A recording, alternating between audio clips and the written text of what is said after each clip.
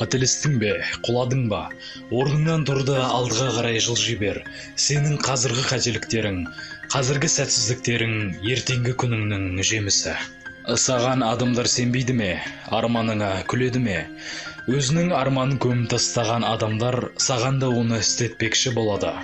Ертең сен жетістікке жеткен кезде олар ұялатын болады. Өмірде қаншама жетістікке жеткен, жалғанды жалпағынан басқан Мұқағали Мақатаев ағамыз айтпақшы: арманда ұлым, қия деме, өр деме, шығып ал да арманыңның шыңына, қира мейлі, күйре мейлі, дөңгеле. Сұлтан Махмұд Торайғыров айтпақшы: қараңғы қазақ көгіне өрмелеп шығып күн болам, қараңғылықтың көгіне күн болмағанда кім болам деп өмір сүр. Әлихан Бөкейхан айтпақшы: тірі жүрсем қазаққа қызмет етпей қоймаймын.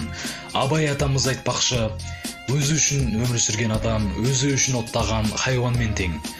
Бүкіл адамзат үшін, елім, жерім үшін өмір сүремін деп алдыңа үлкен мақсаттар қой.